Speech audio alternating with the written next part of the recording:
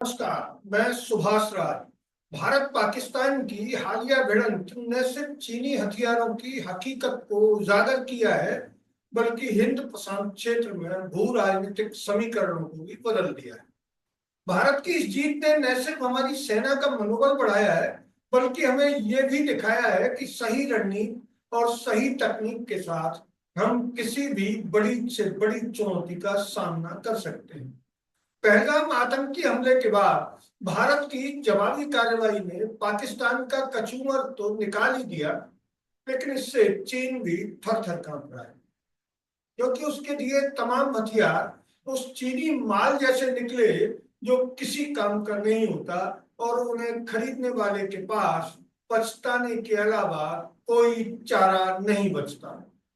पिछले कई सालों से चीनी हथियारों और समर्थन के बल पर भारत की आंख में उंगली डालने की कोशिश कर रहे पाकिस्तान के भारत ने छक्के छुड़ा दिए। भारत की कार्रवाई से पाकिस्तान के पैरों तले जमीन तो खिसक ही गई, साथ ही चीनी हथियार JF-17 thunder jets, HQ-9P air defence system और PAL-15 मिसाइलों की असलियत भी सामने आ गई। इससे एक तरफ चीन भौचक्का है, वहीं अमेरिका समेत तमाम देशों को पता चल गया कि आए दिन परीक्षण के नाम पर दुनिया को बहका रहे चीन की तकनीकी ताकत कैसी और कितनी कारगर है। चीनी हथियारों पर कूद रहे पाकिस्तान को लगता था कि चीन से मुफ्त में मिले हथियार उसे भारत के खिलाफ बढ़त देंगे, लेकिन हुआ क्या? जैसे चीनी माल होता है, वैसे ही उसके हथियार निकले। भारत के Rafale jets, S-400 air defence system और मिराज 2000 ने न सिर्फ पाकिस्तान के हमलों को नाकाम किया, बल्कि चीन में बने उसके कई जेट्स को मार गिराया। 7 मई की मिसाइल स्ट्राइक में पाकिस्तान के कई ड्रोन और जेट्स तबाह हो गए। पाकिस्तान ने दावा किया कि उसने भारत के 2 विमानों को मार गिराया, लेकिन वह पाकिस्तान का प्रोपेगेंडा निकला। सबसे बड़ी बात, पाकिस्तान के चीनी हथियार, जिन्हें वो अपनी ताकत का स्रोत मान रहा था, पूरी तरह फेल हो गए। दोस्तों, ये पहली बार नहीं है कि चीनी हथियारों की पोल खुली है, लेकिन इस बार ये दुनिया के सामने एक बड़े रंगमंच पर हुआ है। पाकिस्तान ने हाल ही में चीन से HQ-9P एयर डिफेंस सिस्टम खरीदा था, जिसकी रेंज 2260 किलोमीटर तक होने का दावा किया जा रहा था।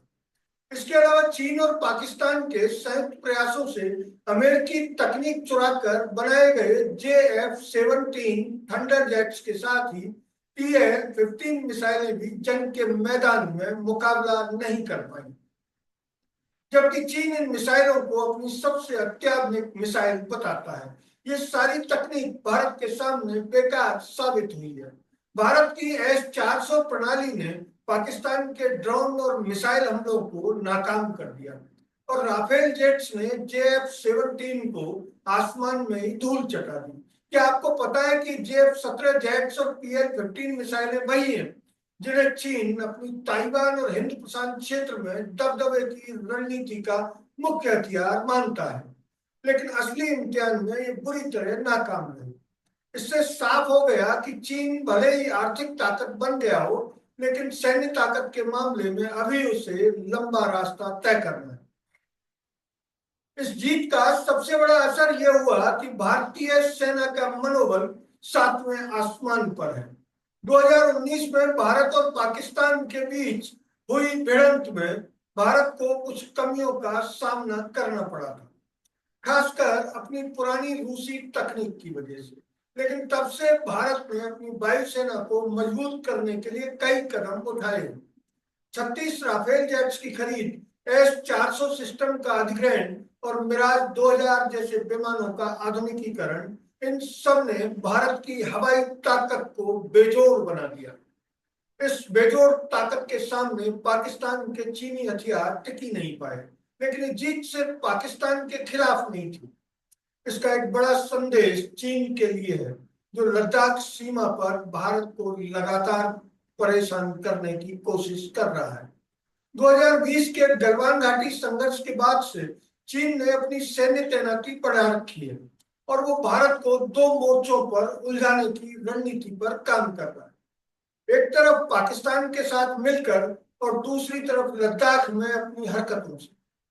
लेकिन अब जब उसके हथियारों की हकीकत सामने आ गई है तो भारतीय सेना का जोश हाई है।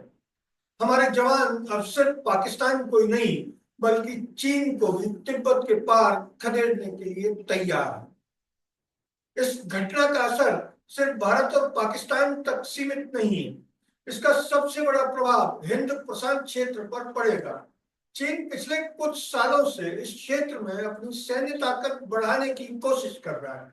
वो ताइवान को धमकाता है, जापान और ऑस्ट्रेलिया को आंखें दिखाता है और भारत को लद्दाख में उलझाने की कोशिश करता है।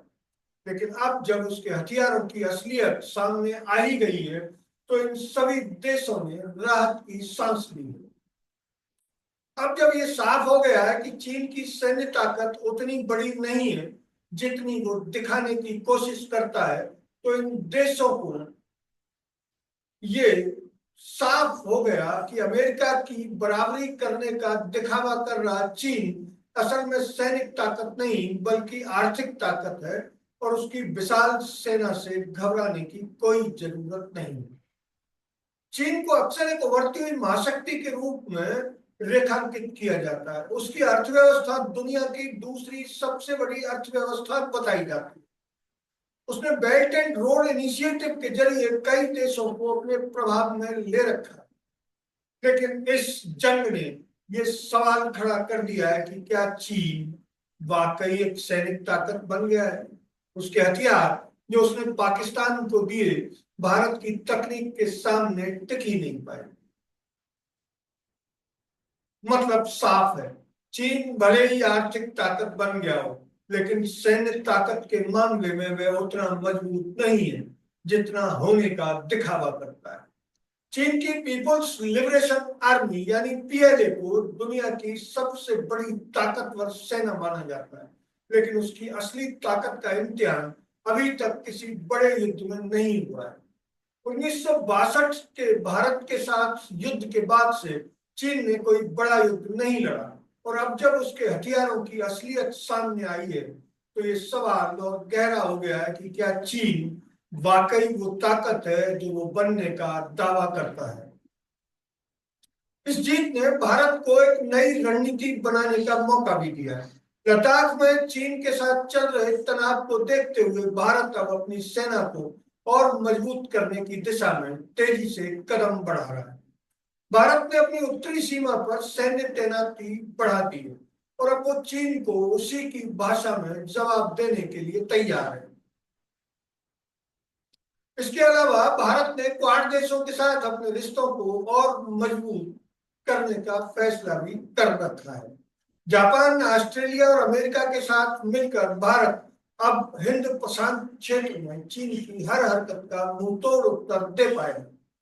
भारत की इस जीत ने यह भी साबित कर दिया कि पश्चिमी तकनीक अभी भी चीनी तकनीक से कोसों आगे है। राफेल जेट्स S-400 सिस्टम ने पाकिस्तान के चीनी हथियारों को धूल चटा। इससे भारत को एक नई ताकत मिली है और अब वो न सिर्फ पाकिस्तान बल्कि चीन को भी साफ संदेश दे रहा है कि भारत किसी भी चुनौती का जंग के मैदान में सामना करने के लिए तैयार है। इस घटना ने साफ कर दिया है कि भारत को अपनी स्वदेशी रक्षा तकनीक को भी और मजबूत करना होगा। हाल के सालों में भारत ने तेजस जैसे स्वदेशी लड़ाकू विमानों को बनाया है, लेकिन अभी इस दिशा में और तेजी लाने की जरूरत है। भारत को क्वाड जैसे गठबंधनों के जरिए अपनी स्थिति को और मजबूत करना होगा और भारत को अपनी उत्तरी सीमा पर नजर रखते हुए चीन की हर हरकत का जवाब देने के लिए सेना को 24 घंटे 7 दिन तैयार रखना होगा। अगर ये वीडियो आपको अच्छा लगा तो इसे लाइक करें, शेयर करें और हाँ, हिंदी हेडलाइन को सब्सक्राइब जरूर करें। धन्यवाद। जय हिंद।